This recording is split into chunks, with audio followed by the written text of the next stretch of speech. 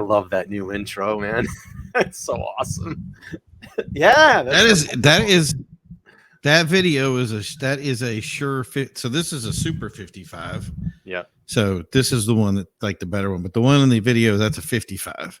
And they were junk, but they look really good. The same thing. They just made this one better. I love that new intro. Mm-hmm. Primo, what's up, my dude? What's up, buddy? Good to see you. I'm good.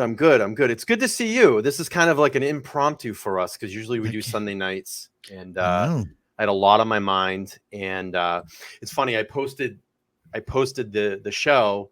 I didn't know if Primo was around because I know he does a lot of stuff in between. You know, because he has his YouTube channel. You guys can go over and follow it. Executive Automotive Society. You can find him on all platforms over there. But I didn't know if you were busy or not, so I posted the show. And I'm like, I had a lot to talk about, man. I'm at like a crossroads. And then doing? like literally like 20 minutes ago, you're like, are you going live? I'm like, yeah. He's like, do you want me to join? I'm like, yes, I have my partner. I just try not to like bother, like I feel like I'm bothering you or something. But yeah, I don't know. Because you're so busy. Food's getting cold. It is what it is. No, it's been a weird day, man. I mean, like everything's been going nonstop. I got my new, I have the new color for this microphone. Yeah. It's going to be on right now. So I got a lot of things going. A lot of it, I'm kind of holding my cards close to my chest. Yeah. So, but we're going to have it's the Hopkinton Concourse that we're going to be having in Bolton on Sunday. So probably going to have about, I don't know, 100, 200 exotic supercars out for one event. So I'm kind of looking forward to it. But my, what do you call it? My anxiety level is like right about here. There you go. So yes, and if you guys don't know, you can go over and join. If you like automotive content, please go over and check out Executive Automotive Society on YouTube. That's Primo's channel. He's got great car content. The last show he just did with his guest about car wraps was just amazing, and definitely something that I learned a lot watching that stream. And I actually had a lot of questions that I asked, and then the guest you had was really upfront. He seems like a really upfront, honest guy. Dude, you don't see a lot of that in the automotive industry nowadays. Paul is insanely knowledgeable about his product. And the thing is, he's only been doing it for like, I think like in total, he's like 7 years, but he's only been running his business for like 4 or 5. So, but in that time, man, it's like you cram so much stuff. And that's the thing is I want to share that knowledge with everybody and kind of get a positive thinking. In other words, a lot of times these guys get into this business or get into like stuff, even what we're doing. And they get overworked or over the brain fries. Yeah, so it's easy to get guys that come in and have done it before and said, you know what, we took massive amounts of risks and decided to go out on our own. And, just saying that it's mindsets. A lot of it is really just having your head in the right place and getting it done. It's not always easy, but once you get there, you'll be like, that's it. It's clicking. So that's a fantastic transition. It's actually why I came live this evening. Dude, I've had like the day from hell. Well, I wouldn't say day from hell. I'm just in a major, super, super major crossroad in my life. And I have to start making a huge decision. But before I do that, I wanted to show you something. And I don't know if you saw this today. I don't know if I saw this today. It's me transitioning as a woman. No, I'm just kidding. Okay. For everybody that follows along, we've done a lot of Anthony Farron timepiece gentlemen over the last couple of weeks and probably got people over nauseated with it. But there is a reason why I did it. And, again, I want to get a deep dive into this guy's story and get him over on the channel. But anyway, there was a post today and he said South Hill season 1, 5/23/22. So it does look like he will be coming back to social media. That's a date right there. That's a date. That's in stone. And right there, I got, we want the interview. Yeah. So I had to get the crazy thing is this thing like went through my list of things. Yeah. And I was like, it's a couple of dudes like smoking a hookah or something. That's what I thought. And I just kept rolling. And then later on, you're like, hey, by the way, did you see this? And I was like, oh, that's something different. All right. That's not what I thought it was. Very cool. So anyway, I won't kill too many people with this. No. I know I've been getting a lot of crap about this lately, but anyway, it does look like Anthony's going to be coming back to social media, so keep an eye out. I'm guessing probably his personal channel will pop back up, not the Timepiece Gentleman channel. And I have my thoughts about that. I think, in my own opinion, I find it very interesting that Grand Caliber already, when they came live and dropped their first video, they had 130,000 subscribers. So that tells me right there, it's the old Timepiece Gentleman channel that just rebranded. And I still think his hands are dipped in that. But anyway, let's move on to the next topic. So, dude, I'm in like a major crossroad. Major crossroad. What the heck is going on?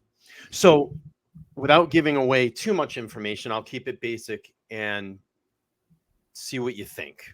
Okay. So I've been at my current job for almost 16 years. I started there when I was 26 years old, and I am now 44 years old. So I'm at, basically what they call the pivotal, maybe 45, the pivotal halfway point of your life. Okay. Because what does average man live, like 80 something years old or whatever? Minutes. Yeah. So I say this is kind of my halfway. So over the last couple of years, I think just maybe maybe 2019, I started feeling this, that my company has changed some direction, and the pandemic hit and made it incredibly tough for all of us to kind of move through the pandemic. I had a 90-day layoff. Oh, excuse me, when the pandemic hit. So that was like one of the most oddest time. It was like the most oddest time in my life, but one of the most rewarding, because I've never actually had that much time off in 16 years. And it was just odd. And you're trying to find things to do, and you're keep you busy. You're pacing your neighborhood, and you're like, what the fuck? I can't go anywhere. What am I doing here? Holy cow. Is that what the sky looks like? Wow. Really. And, coming back from pandemic, going back into the business, I'm in frontline sales. I'll just kind of put that out there. So it was very difficult trying to get clients to come back through the door with all of the, the restrictions that were going, the masking, the vaccinations, all that stuff. And then, people started to come back out again, because I think us as natural human beings, we're drawn to just doing habitual things, shopping, getting out of the house. People started to kind of go back into routine. But, my company shifted direction. It had a huge upper management change over the last 3 years. It's gotten a lot more, in my opinion, corporate. It doesn't really feel like that home family environment like we had before in the past. Things are getting like super corporate now. There's not much help in my field. A lot of the available employees that we had kind of ran from this industry and are doing other things, so they're not coming around like they used to and apply, and getting help through the doors right now is very difficult. I have a staff of 3, including myself. My store should have 12. Okay. Yeah. So I didn't know that. Wow. Yeah. And I'm basically the sole leader. I have no partner to really lean on to get advice or someone to give me some pointers, or maybe some directional things, and I'm one of those people that bounce off energy. Like I need another opinion. I need another way to look at things. And it's been very difficult to do that. I'm managing through it and doing it, but it's tough. It's stressful. And to not have a partner in this to take some of that burden or some of that stress away has been very difficult. I'm overworked. I'm working 6, sometimes 7 days a week. Every time I go to plan time off, it's something that I have to do for my business or my location. So I think my general point is I'm very tired. And last week I started thinking about maybe I should start reaching out and exploring some options. And I found 2 companies that were interested in interviewing me. And I had 2 really phenomenal interviews, and it almost felt really good to hear other people or other organizations interested in me as a person and my skills that I could bring to that company. I haven't heard that in 16, 16 years. This is new to me, getting out and doing this. Oh man, I was shit nervous. Like, I don't know what to say, and I just kept saying to myself, how long have you been at that job? I've been at my company for 16 years. I just had my anniversary a week ago. It's so weird because like in the car world, especially like car sales and some of the stuff that I do, like there's so much, and I don't want to use the word turnover, but there's so much like change that goes on. So like you get in a job and it's like, if you have it for like 2 or 3 years, it's like it's almost like, hey, you didn't give me a raise, you didn't give me anything, so you just start shopping around. And if you're successful in any way, they like people want to pull you in. And it's a weird industry. And it's the jobs I had before were basically like a weird retail thing, but mostly like marketing. But it's like so weird to like see like one industry I worked in, you worked in it like 10-20 years, and then you go into like car sales or any kind of big in sales stuff or like that, and it's everything shifts. And then it's so weird because like you say, like I've been there 17 years, and it's so nice to have the consistency, but I'm wondering if I really miss the, you know what I'm saying? That chaos that you're talking about. And that's the thing is what you were just saying right there. You go in this new place and they look at you and go, you're needed and people want you. And I think it really does kind of stroke your ego. It does. And I think the thing that scares me is that I'm so comfortable in my situation. I know the way it's going to go. I know what my day is going to be like. I know my bosses. I know the organization. I know everything about this company. And it's now to step out of my comfort zone and walk into a situation that I have no idea what could happen tomorrow.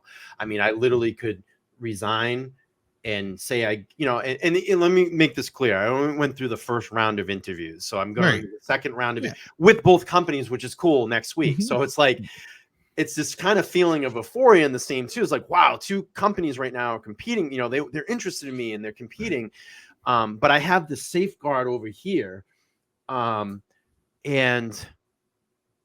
I don't know if I'm like just fully fulfilled anymore. Am I seeking a new challenge? Am I, and again, I'm tired. I don't see an end game. And I think that's what's kind of burning me out even more. And I think because of it, I'm starting to lose interest.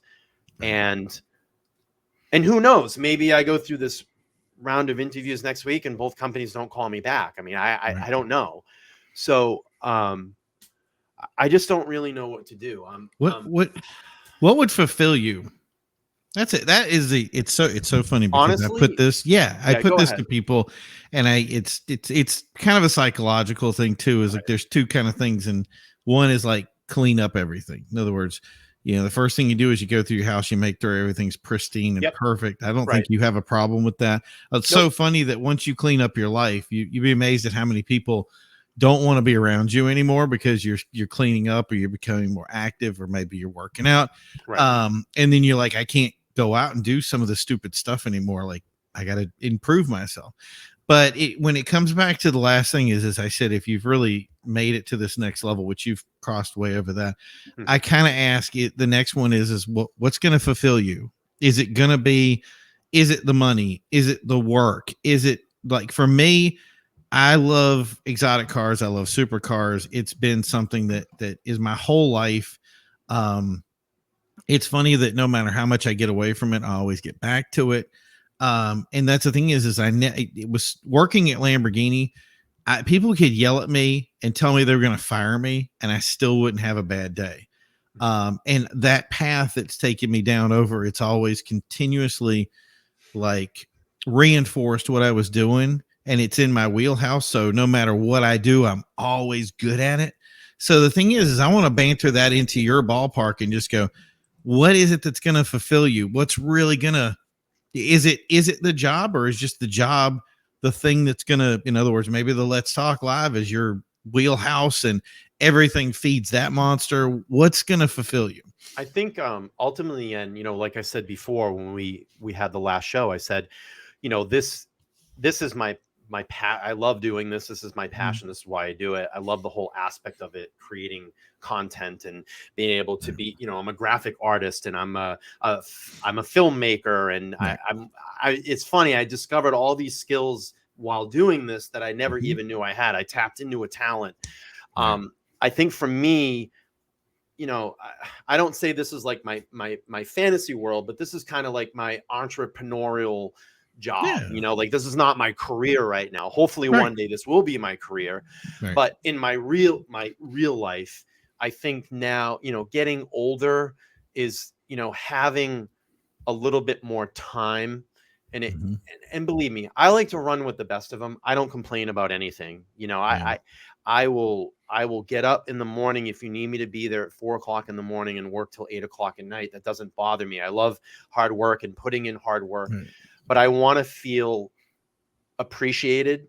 I want someone to look at me and say, look, I know it's been tough and you've done a lot and I admire that you're sticking through this, but it's going to get better. And here are some things that we're going to do on this side to assist you and help you. I haven't fucking heard that. There hasn't been one of those conversations in 3 years.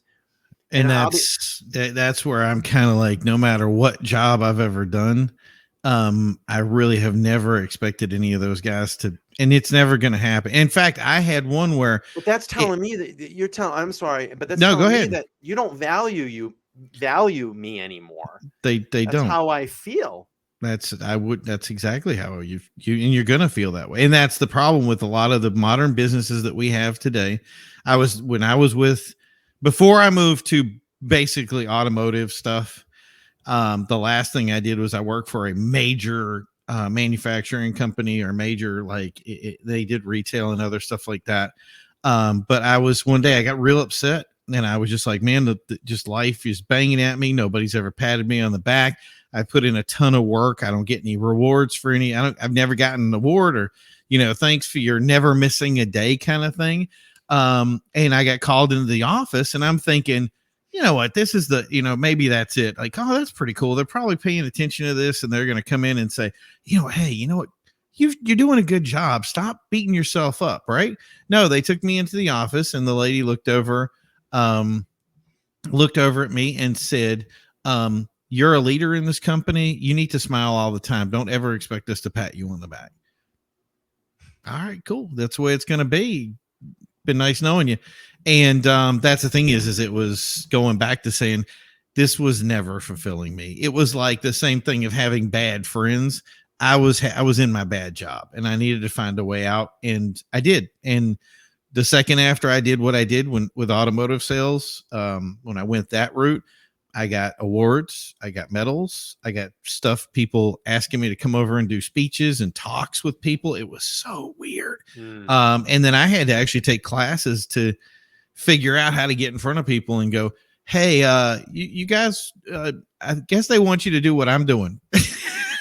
It's like so weird because you don't feel that you're important enough. And then that started building up self-esteem. And then the point of remember where you came from. And I continue to be humble and, and I looked at people and I said, look, if an idiot like me can do it, you guys can do it. And that's the thing is it's led into like the Executive Automotive Society and the stuff I do today, which I look over and go, look, if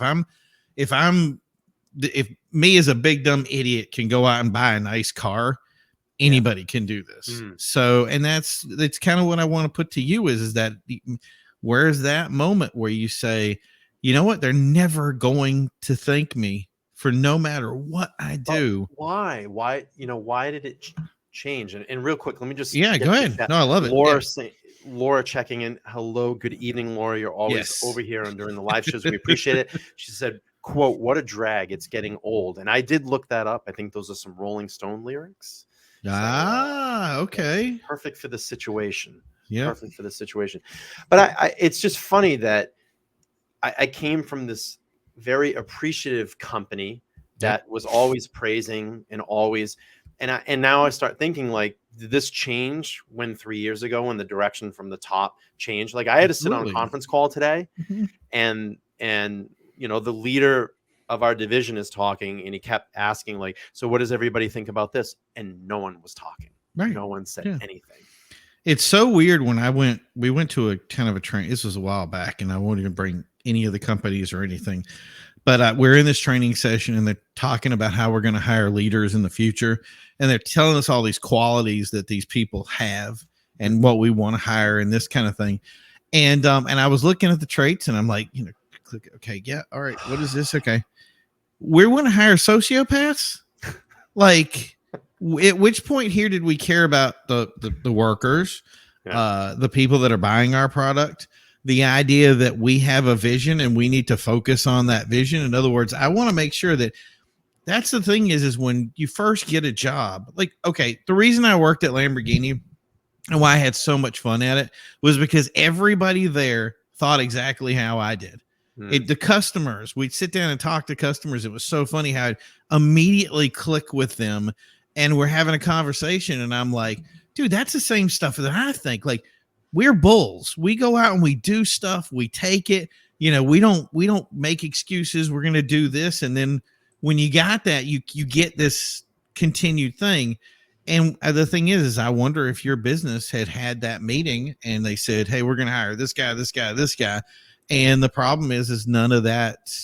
Here it is. Now it's all, make numbers, make all the stuff and not care about the people, you know what I mean? That make it happen. Yeah. And we've gotten really crazy with like trying to open stores every year. We open like 3 stores a year. And I just feel like it's kind of getting into that motion of, all right, here's the new store. All right, here's the next new store. And a lot of the people that are, the older stores that are established, I just feel like we're not getting the support we used to because they're just trucking along and trying to open stores. Yeah.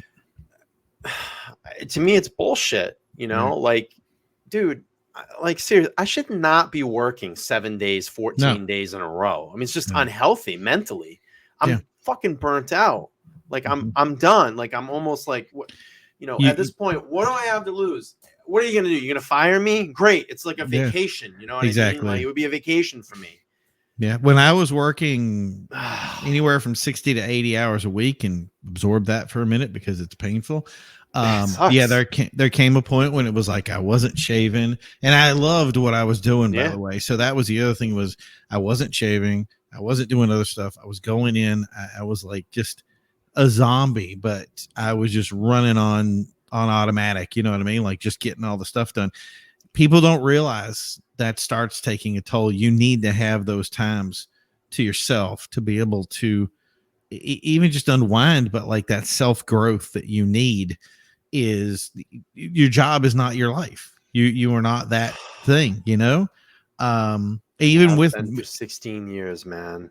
And even when my job is my job, there comes a point when I go, okay, I'm going to stop that. And at least, okay, I did the internet side over here. Now I'm going to do this side over here. I started writing a book because I'm like, that's different from what I was doing. So Laura's saying growth over quality. And we have R16 checking in saying that's the issue. When growth supersedes brand value, short-term gains at the expense of long-term goals. That's I love awesome, that statement. That's so awesome. Mm-hmm. That's a great statement. We can give him a bell on that one. And that's the thing is when he said that brand value is based on the ideology that created a thing. Yep. So if you have that ideology, that mission, that's why I tell people whenever they're like, oh, we're going to do this new thing. And I said, write a mission statement. Yeah. And then never break that mission statement. Don't worry about all the stuff, about all this little, who you're hiring, who's running things, who's doing this. Make sure that you keep to that brand statement, and anybody that adheres to it is being patted on the back for it, because you can't, the understanding of people that we do the things that we do because we identify with the things we do. Right. And if we don't, those things will eat at us because they're chipping away at things that we would like to be doing. So it's crazy, but that's long term. Just I don't know. Maybe this is the sign from whatever, from above, and maybe this is the critical turning point where I have to make that decision now. Do I take this risk and hopefully make it through this next week of interviews? And it'd be great if I had 2 companies that were competing for me, for my services. And I have a choice of where to go, and then I have to weigh my options on that. And it would even just be great to get through and maybe one, says, hey, let's move. Some really great things were, one of the companies I interviewed today, I met with kind of their regional manager, and she was very excited at the interview. She said, I would like to meet with you again right away. We did a phone interview, and she said, I want to do a video conference. I said, that's perfectly fine. And she said, I'd like to meet with you and then have you meet my boss right away after that. Right. So I was like, oh, that's exciting. She's really, she really likes what I had to say. Right. And the other company today, I did a phone interview with them, and they said, I'm going to take my notes and pass it on to the bigger boss, and then have them reach out for another. So now this is retail, right? Yeah, frontline sales, retail. Right. Yeah, I'm a manager. I'm a store director. Can I make a suggestion then? Sure. Okay, go to the stores. I want nobody to know who you are. Do whatever. Walk into that store, go in there and look at them and go blah blah blah blah blah, and just start trying to buy, like thinking about buying something, and then look over and go, man, this is a nice place. What's it like to work here? Yeah. So the one thing is, the one company has been established, I believe, in this particular location for a couple of years. Nice. And I planned on in the next couple of days to go there. I've actually never been into the store, but I know of the brand. The other brand is a company that doesn't have a location yet, but they're building a location. So it will be a brand new, nice, brand new store, brand new location. See, I really like that new, man, that word new. I know. It just really has, and I know you're saying stuff about the risk that you're talking about. Yeah. And you're totally right about the risk. But like me, I mean, with this Hopkinton concourse thing that I was doing, that was doing what I was doing is a huge risk. Like your character is on the line. And that's the thing is being able to have it to go through and actually be everything that it cracked up to be. Like, it is so rewarding. You know what I mean? Especially when you have people, hey, we made it because of you. Right. You know what I mean? Not so much with this other thing, but in other words, with your stuff, I think it would really apply. So the other thing that I have to think about too, and I will get to R6. Hang on one second. I'll get to your question. I just want to finish up on this thought. So one of the companies that I'm interviewing for is very established, has been in the industry since the early to late 90s. It's under a great umbrella. The other company that I'm interviewing with, again, has been under, started in the mid 90s, has survived the pandemic. In my opinion, it's a little bit more of a riskier company, right. But I like some of the values and some of the benefits that they had. I've never been with a company where they say we give unlimited PTO, paid time off, and I went, what? And they said, yeah, if your store is doing well, you have unlimited paid time. I mean, I'm like, okay, well, maybe in the next interview I have to explore that because I don't know. Definitely. But I said this to the interviewer, which was very smart. The turnaround on that, I said, you just told me that you've been with the company for a year. I want to ask you a question.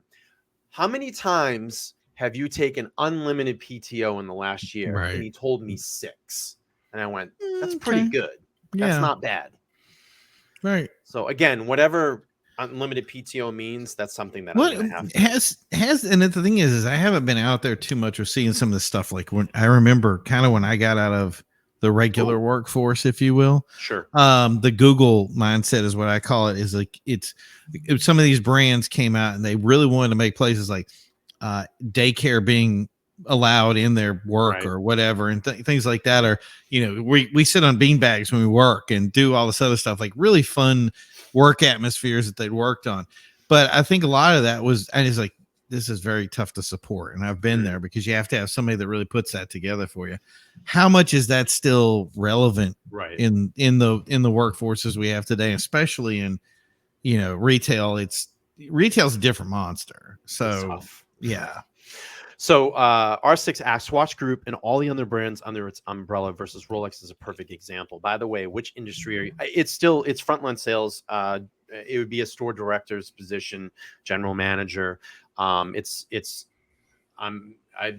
trying to not give too much.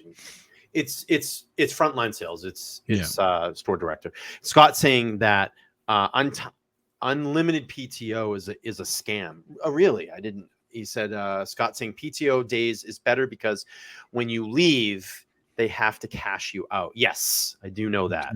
I do know that. So interesting. yeah, it's something that I've never heard of a company ever doing. So that's why it kind of interests me. And that's something that I definitely would research over the, the next couple of days as I learn more about these companies and go on these interviews. So, but it's, I don't know, man, it's tough to leave a cushion that you've been under. Do I fight it out? Do I try to make it better? Do I try to improve? Look, I just hired a guy, and I really don't like to talk about this stuff, but it's my podcast, so I guess we will. Right. I just hired a guy. He's half my age, really talented. I see a lot of potential in him. And he's only been on the job like 3 weeks, and he's like, I've worked 4 days in a row and I'm so tired. Right. And I'm like, dude, I'm double your age and I constantly work. How can you be tired? Come on. Mm-hmm. Like, and it's already starting with that crap. And I'm like, I can't, I don't know if I can do this anymore, man. It's just too much. Oh, Scott's checking in and saying, I'm a tech. Unlimited PTO is very common. Trust me, it benefits the company more than in the employees. Interesting. Very, very, very, very interesting. I always say there's a catch to everything. Like if it's offered, if somebody offers you gold, I'm like, where's the silver they're taking from you? You know what I mean? Like, is it spray painted? Yeah, right. It's something up like somebody. So it's there. You give me silver and you get gold plating is kind of the thing. So yeah. So I wanted to just pull this up really quick. I found an. Hang on one second. We're actually getting a lot about this. R6 saying unlimited PTO is nothing more than a company realizing that they are paying for performance and not hours worked. If you really took enough PTO to harm your performance, you'd eventually be out of a job. Very, very interesting. So I saw this article, and I think one of the things that kind of popped up, about crossroads in life, and it says, what is my gut instinct telling me? Honestly, my gut instinct right now is telling me find different work. Yeah. Explore other options. It's so weird to think about it. Like, okay, do people say that before? Like, find a job that you're appreciated at. And I was like, if you really have really great ability, is there really a place that you really truly appreciate, or is it just as simple as saying, I know you're suffering. How do I help you out? Or like, do we just make that happen? In other words, do we have to just go in and just be like, hey, this is what I want. And if you're not willing to do that, I got other people out there that want to hire me by. Yeah. I mean, I guess the other cool thing about it too is I'm sure a lot of these companies I know that I'm struggling to find people. So I'm sure a lot of these companies, I have some negotiating room for salary, I guess, right? If you really want me, yeah. If you want me this, if you want me for this long and putting in this many hours or this many things or whatever, this is your options. In other words, like you already have obviously have your other one lined up, but that's how I do it in the car world. I mean, look at them and say, hey, you know what? You're going to have me back. Let's negotiate and give me a reason to come back. And that's the thing is in that world, it's all based on the negotiation. So, and right now it's tough too, because 16 years being built up, I literally have like 7 weeks of paid time off. I would be leaving behind. It's a lot of time. Right. It's a lot of time. I mean, I could use that, I guess, in negotiating, say, look, I'm leaving this. This is why, I require this amount of money and whatever.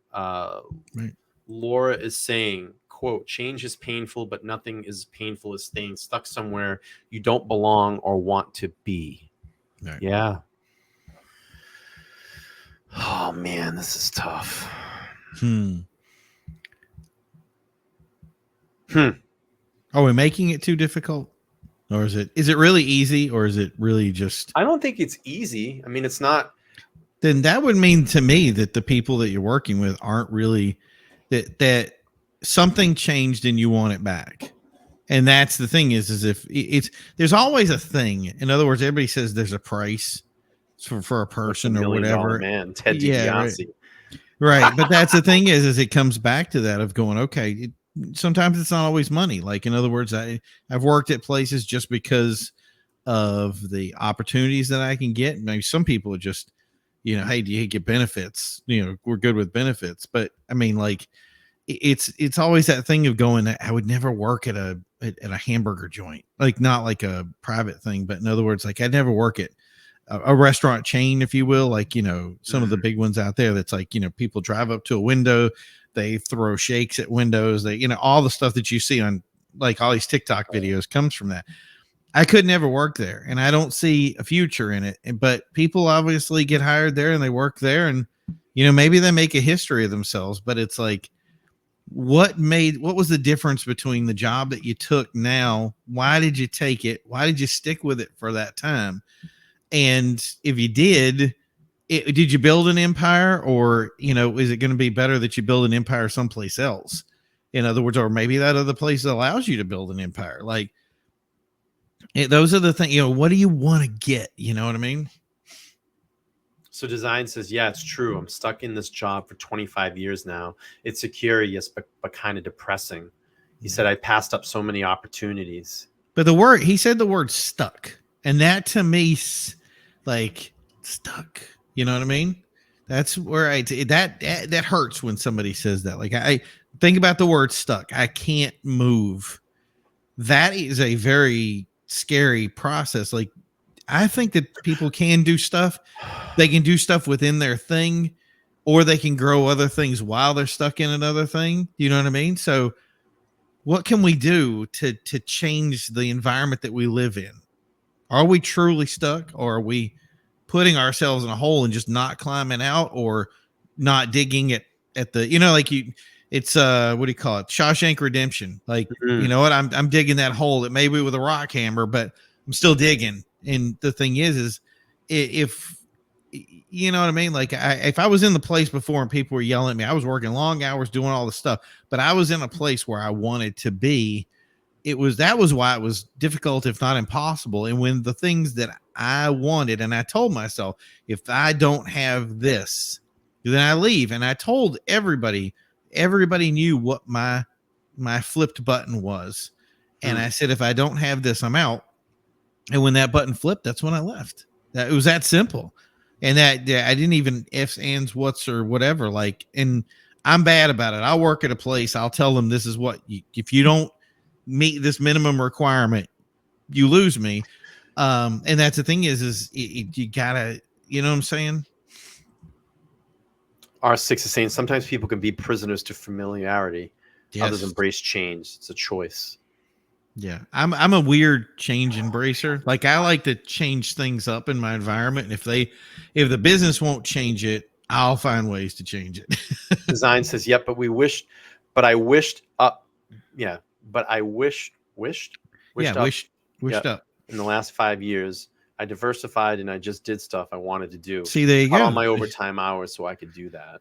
Right, you did stuff you wanted to do. That's important. I mean, I'm doing this, which is." I love this because this is like my therapy. I can come on and just get it all out, you know, and I'm very appreciative that I have this outlet to do this. And I always say this, I appreciate everybody that checks in and chats with us. And it's kind of like the virtual therapy session for me to come on and dude, I super appreciate you being here as well too, and being on this panel and, and giving me, that kind of stable support in times like this and really value your opinion. And, that's my the thing that was so funny because I don't know if I'm the weirdest gambler ever. Like, I'm the gambler that, like, I've got the right. I will stack a hand, and I don't know why I do it the way I do it, but everybody looks at me and says that's risk, and I said, yeah, but it's calculated. Like, there's something about my risk. But that's the thing is I'm the kind of person that goes, hey, this is the 10-foot pool, and when I jump, I want to make magic happen. And I want people to look over and go, how did he do that? And I was like, there was a lot of thought that went into how that plan came together. So I want to be able to look at you and say, I think, are you looking for stability? In other words, if you take your next job and they give you everything you want. Oh God. I'm just not happy anymore. Okay. Well, is the business ever going to be able to make you happy, or is it you that makes you I don't see an happiness. end game. That's the problem. I don't see an Yeah, end you game need to the that. problems that we're having.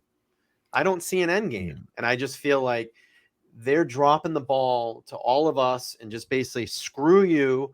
We're going to move on and keep pumping new stores out, and you're just going to have to deal with it. Right. You know, when someone's crying out and you're supposed to be our leaders, you know, I have employees that work under me. When they have an issue or a problem, who do they come to? They come to me because you know why? I'm the store director. I run the store. I'm supposed to manage that problem and give them either a solution or help them. I'm Right? gonna teach you a really crappy lesson right after you're done. Okay. If let me know when you're done, because I don't want to interrupt.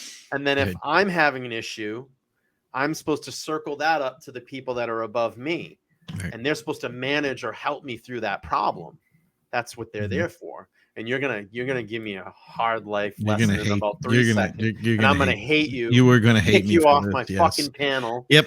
And I won't even get mad at you, but I don't, you know me, I don't have a filter. So I don't I looked at people and I go, people hate me because I tell them the truth, and it is what it is. I already have a general sense of probably what you're going to say. So there was a time when I felt really bad about I've been a manager, I've been director, I've been pretty some high up stuff where we hired people, and but that's the thing is when those jobs, you always have somebody bigger that comes up, and so they always have these guys that what do you call them, the guys that don't work for your company, that'll come in and tell you what to do.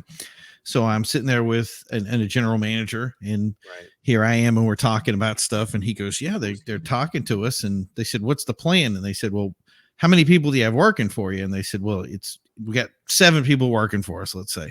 And he goes, okay, well, I want you to hire 15. And we're like, what? Like, dude, that's crazy. What's the plan here? And he goes, well, if you hire more people, you can have more sales. But the beauty of this is not that we expect you to have 15 people. It's the idea that you're going to have 15, and those of the first 7 people that really aren't keeping up, they're going to kill themselves. They're just going to fall. They're going to push themselves off the edge, because they're either going to move up, they're going to, step up and fight the good fight and do their thing, so they end up in the top, or you get guys that choke and fall off. And I was like, man, do we ever actually, and that's my first argument was, well, why don't we take the guys that aren't up to speed, that used to be good or have these things, and teach them some important lessons about, like, everybody, you always bump your head on your ceiling. You only sell so much, and then you pull yourself back, and then you teach people to have higher ceilings. Right.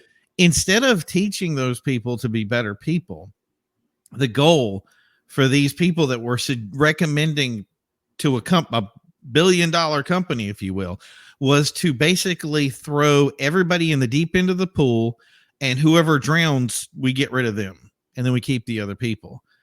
That was the new thinking. Now, I don't know how much of that is still relevant thinking now. But that's the thing is a lot of those big companies, and the bigger they get, the more they think that way, don't believe in the idea of taking the people that making a structure of support from bottom to top, or top to bottom, if you will, to be able to train people to be successful. It's all, especially in sales and especially in retail, it's very cutthroat. It's the idea of, people are going to look at you, instead of saying, I'm going to support you, they're going to see if you're going to drown. And I just hate it. It's all, and when you looked at me and you said all these, they're hiring tons of stores and they're doing all this stuff. We see at the end of a pandemic, they're trying to find out which stores are going to choke and die and drown, instead of training them and then put them on, I don't know, long work schedules, so that they, let's see who can hold up to it. Or if, you know what I'm saying? Or the back end of, oh, that's a good store, he kept going. Did you see that Brian guy? He's on point. He worked for the most difficult time, so now we can center off again because our margin is still good. And I know it's heartless, and I hate it. And guys like Simon Sinek, for instance, is trying to change the way we think on things, and try to say, if you want to feel successful in a business, it is all about the support and the net that you have at the bottom. The idea that people that were suffering in our sales business, I'd come over and say, what do you need from us to be successful? Mm-hmm. And if they said there was nothing, then this is what you were doing before. Why aren't you doing as good as you are now? Is it, the business aren't as good? Well, everybody else is selling the same stuff. How do I do? You know what? this guy over here is successful. You were just like him once. I'm going to get you back over there. I want you to get just as excited as you did before. Figure it out. But yeah, you're fighting always that side that's there comes a point when you do have to, with any business, that you have to kind of cut out the deadwood. And I know it sucks, but some people will really just, they burn themselves out. They do it even if they're not, you're doing all support. There were people that I had to leave behind. But the thing is I think I still see that's what you're running into, is they want to see if you guys have what it takes. And I hate it, because there is no good end to that story. There is no support structure. There's no nothing. And you either make your own future or you let them dictate it. Yeah, man. So Design says, I managed to build and run 2 businesses while keeping my day job the past 5 years. I could have left my job 15 years ago and opened up a bunch of ventures. I was just too afraid to make some small risk. Mm-hmm. And then R6 is saying, great companies force their employees to change into their organizations. They refuse to allow them to get too familiar, too comfortable, or too stale. Yep. And Design is saying, well, I find something wrong when you start thinking there's an end game. Yeah, definitely. And then Laura is saying the end game is the end game is we all end up in a coffin. My response to that is that life is not measured by time. It's measured by volume. Oh, that's that took a second. It's my favorite line. It was one of my favorites. Yeah.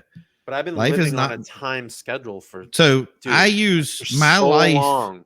Right. I live by a watch, man. Right. Exactly. I live by a watch, by the way. Right. I live by. The only currency that we have in life is time. Time we use to build character, and character is something that can never be taken away from you. But at the end of it, like I said, time, life is not measured by time; it's measured by volume.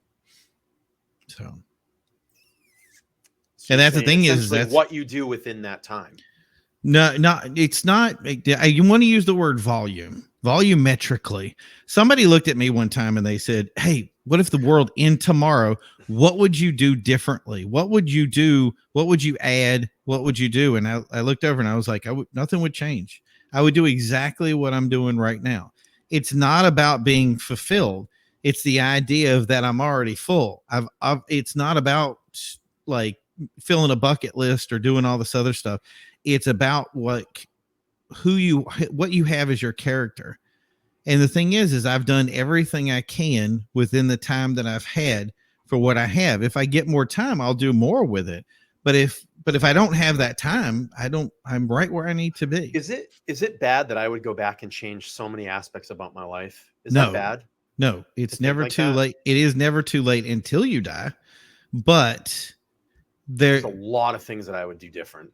Right. So I would have done different. Think about it like a million of them come into my mind right now. There are some people. Remember how they say is it bad to live like this? This is bad, isn't it? I want to give it to you, Brady, because you said something very important there, and I think you're looking at it the wrong way. People say fill your cup up, right, and have it overfill, and you have too much of a good thing, right? There's always a point when stuff fills over. What I want to say is that there are some people that are saucers and some people that are big mugs. You have to make yourself a big mug. In other words, don't be the saucer. If you're the saucers don't do anything but look at all the bad stuff. They don't focus on any of the good things. They grow weeds in their gardens and don't understand why the flowers don't grow because they never water them. The thing is you have to learn, and I've said this over and over again, you need to be able to water the flowers and not pay so much attention to the weeds. Pull them up, get away from them, but focus on the things that are valuable in your life. We go through a life, and if you turn on the news and you live by the news, your entire life will, your life sucks. Everything is negative. Everybody hates each other. And then you wonder why people end up spending thousands of dollars on a self-help guru who does nothing for them but help ruin their life. And they spend dude, there are guys out there right now spending millions of dollars on self-help gurus that will never change their life. The point of the self-help guru that they will go with is to continue having them come back to the self-help guru. Unlike the psychologist that goes, look, my job is to get you out of this office where you never, ever come back. That's the point. So if you sit out there and listen to that negative stuff all the time, but if you take that moment to go, what do I have? What on the Apollo 13 when the thing starts blowing up and the guy says, this doesn't work, this doesn't work, this doesn't. He says, let's think of it as a moment of status. What do we have on the ship that works? And you looked at me and you just said, I regret all this stuff. Okay, let me know what you don't regret. And let's work on that and make everything else work in that space. And if you can do that, then you've got what it takes to get to that. And then I think you won't have any question about whether you should move from that one job to the next. You'll know exactly that worked, that worked, that worked. And remember, we're never going to get it right the first time. There's a lot of things that I thought made me happy. And then I got into them and I was like, okay, that felt really good, but it didn't make me as happy as I thought it was. Sure, we're going to make mistakes like that, but I filled up more volume, didn't I? I don't know what I know until I know better. Right. And that's it. And this is what you know right now. You got to work with what you know, not with what you don't know. And that's, you got to, beating the unknown. Knowledge is the king. Knowledge. There you go. This is going to be hard decisions, man. No, stop. It's going to be easy. Yep. You're gonna open up your the OnlyFans account and the future is gold. That's what I'm saying. My future is bright, right? That's right, exactly. Oh man. It's like I have all these emotions going on right now. It's like, I'm still going, nothing is set in stone at all with any of these, these two companies that I'm interviewing with. Nothing is set in stone. I've just got through the preliminary screening interview. Next week, I already have a second interview set up with one company. There are 3 parts, they said, to the interview, but she was trying to push me through pretty quick today. So I think she really liked what I had to say and the skills and the value that I could bring. But, it's like, if I get to that critical point, I have to make a decision. And I've done this before. I did this once back in 2015. I had an offer on the table from another company. I ultimately ended up staying where I'm at. Yep. But it's funny that you should say that October 2015 was the day I left the idea of working for anybody else for the rest of my life. Good for you. I hope I get to that point someday. Yeah, it's pretty easy. What you want to do is you get a noose, you pull it around your neck, and then you go, what the hell did I do to myself? And then you enjoy the hell out of it. The ride is like I'm swinging. But no, I work a lot. You guys talk about how many hours you work. Like, I want to work all week. I'm going to work all night. I think you saw it. I was like, every night's been ending at 8:00. And not only that, but I have a full Saturday and a full Sunday. So I'll go right back to Monday. And the thing is when I'm done with it, there's going to be a big smile on my face when I'm done. So yeah, find out what makes you happy, man. That's so if let's just say ultimately, and I get an offer from one of these companies. Yeah. What do? Flip a coin? Well, I have no idea what to do. I haven't really been in this. You got to know what you want. And the thing is that's any negotiation, right? Think about any negotiation you want. Like you bought a car, right? You bought a negotiation for a car, right? Yeah. You walked right into that place and you said, I know what the invoice is on that car. I know what you pay for it. I know what you're going to get for a benefit for it. That's the beauty of the information that we have out right there. The problem is that when it comes to life and comes to all the stuff, there's no invoice book that we can go out and say, this is what I want. This is the standard I'm going to set. What is it? The unknown. We don't know what the unknown is. I don't know what, I mean, this could be the best decision in my life. This could be one of the worst decisions in my life. If an offer gets on the table, I mean, I don't know. And then in the turns where I turn around and maybe I do take an offer from another company and I go back to my company and say, look, this is what I'm doing. Right. They might just say, "See you later." Well, that's fine. No, it's your value, right? Yeah. Right. I put it like this: when I left the car industry, not many people know this, but the guy at top asked for me. Like, if the guy that's running the stuff calls over and says, "Where did he go?" People made calls, and the thing was, is a lot of people didn't know that happened. But the thing is I always had somebody that's, always have your chips in a row. I had people inside the room. I always knew what was going on.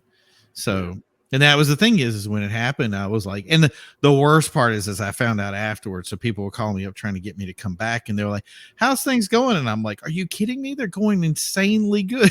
I'm like, we had just even set up with, I had taken a ride on a rally. So a guy had called me up and said, another big company that he did a lot of cool stuff. Very cool dude calls me up and goes, and I've never met him before, calls up and goes, I bought this new Acura NSX. We're going to take a ride. You want to come with me? And I'm like, yeah. So it's like a 3-hour drive of the day. Went out and got some food, met 2 new people in my life. Like it was like, and I'm sitting there and he's like, "So how was your day?" And I was like, "Better than working with you." Right. But I didn't say that, but no, and to this day, and I'll tell you, I always miss working in that dealership and working in the world that I was in because of the people. Yeah. The people that come through that door, and they were the people that made the difference because they could tell us stories that nobody realized. People don't understand, to be great in this world takes a lot of struggle, and everybody sees the end result, but nobody sees those stepping stones to get there. But once you see it, you go, wow, that really was the special part. You know what I mean? And it really is going back to saying there's a point in your life that you actually know your own invoice. And if you can go in and say, this is how much I'm worth. I'm a Lamborghini. You're going to spend 500. And I am. That's the way I feel. And if people say I'm arrogant about that, fine. I'm a $500,000 car. If you want me to work for you, get ready to spend some money. No, yeah. I do. Do I give I give a lot of my services out to free. I have sacrificed a ton of time to help a ton of veterans, and I will never regret it. And I will continue to do that because they are worth getting my car for free. But when it comes to a business that really thinks they don't appreciate me for who I am, yeah, I know what my invoice is. And I've got a couple of awards and things on my mantle to prove it. And that's the thing is I'll continue to do what I do. So that's what you gotta figure out, man. You gotta figure out what your invoice is. So it's tough. That's what I got to do. You know what? We're going to do that down the road. We're going to work on a self-help thing. We'll put on the show. We'll put it all together, and it'll be like a car thing. So people actually said, "Hey, what's my value?" And I'm like, "Hey, what did you set your value at?"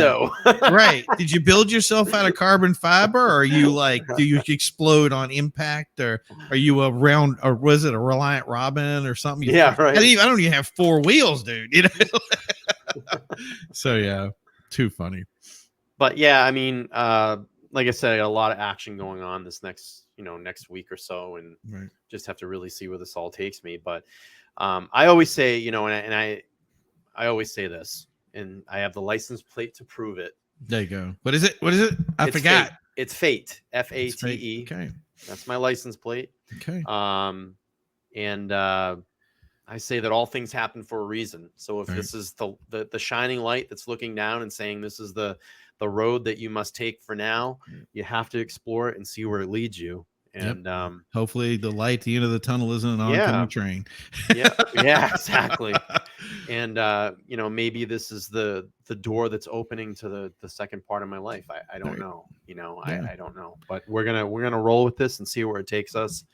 And I'm all about rolling. Yeah. I'll be sure to keep everybody updated. But cool. We are getting to the hour. This was a fun hour. This was good. It was a nice therapy session. We had some great people in the chat this evening, so we do appreciate everybody hanging out on this Thursday night. And Sunday we have an exciting show. I have Jeff Frummis from the Frummis YouTube channel. Yes, he is a creator, director, content creator, YouTuber. We're gonna talk horror movies and punk rock. And, it's you didn't say horror movies. Now I'm totally in. I'm ready. All things supernatural, and particularly 70s, 80s punk rock. So that's going to be really fun, and I hope you guys will come over and join us on that show. Laura saying, "I'd rather be a Pinto than a I Lada." was already answering that one too. Exactly. Oh man, that I wonder how many people actually know that reference. That's sad. If you guys don't know what a Lada is, please Google that, look it up, see some YouTube videos. You're about to get the experience of your life. So, By the way, if anybody doesn't know, and I'm going to do this really quick because Design is like an awesome dude and he's always in here and he's one of my wrenches to show. I'm going to drop his Instagram link. Go over and check out. I actually just pull these up really quick. Go over and check out the art, the digital art that he's been creating lately. Look at this stuff. Oh, I love that. Yeah. Dude. It's incredible. And he's actually getting people commissioning his pieces now, which is so awesome. So I hope I hope cool. It's so cool what he's doing. No, and people commissioning his stuff. That's nice. Yeah, that's when you're art and you get to the point of people calling you and going, "Hey, I need this done." That is some really cool stuff. But yeah, and I like that. I wanted to drop his link and bring some attention to it. He also has a YouTube page as well, or channel. He's got over 10,000 subscribers on his channel. Really, really great stuff. And go over and support him. He's such a great guy. And Jay's come on my show, and when I've kind of had these crossroad discussions one time and kind of had this virtual therapy session with me. So he's such a great guy. Please go over, subscribe to his channel, subscribe to his Instagram, check out his content, and yeah, all good stuff going around. So I'll keep everybody updated. Like I said, we have Jeff Frummis next week. I'm actually at the end of this week. I'm sorry, in a few days on Sunday, live 8 p.m. Eastern Standard Time. Come over and hang out with us for the hour. And then the following Sunday, we have a special guest that will be joining our panel. I think that's going to be really cool. I don't want to say too much about it. Nope. But we're going to have a third member on the panel, and maybe this works out and they decide to stay. I don't want to give it away. No, you can't say anything. Yeah, decide to stay and hang out. We'll start doing the three panel. The three-panel panel. Panel. The tri-panel. The tri-panel. That's you. The tri-panel. All right. Primo, thank you again so much. Thanks for everybody in the chat this evening. This is Let's Talk Live podcast, and we'll see you guys on the next one. I'm going to hit the outro now. Bye.